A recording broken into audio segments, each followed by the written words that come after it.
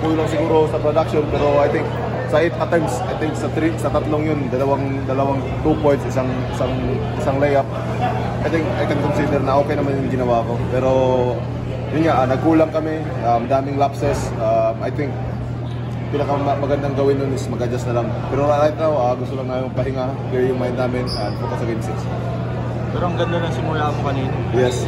Yun nga, di ba? Ang ganda naman ng simula. Yun nga, ang problema yung pagtapos. Yun lang.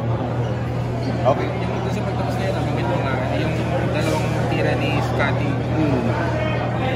Given Scotty, ganun naman talaga yung ganyan. Pero that's mine. Mali ko yun. I own it. Sinabi ko rin sa mga coaches, akin yun pagkakamali ko yun. Yan, pinakamagandang gawin is move forward.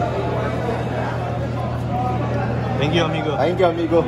Thank you, guys. May sugat yung ano. Oo nga, baby.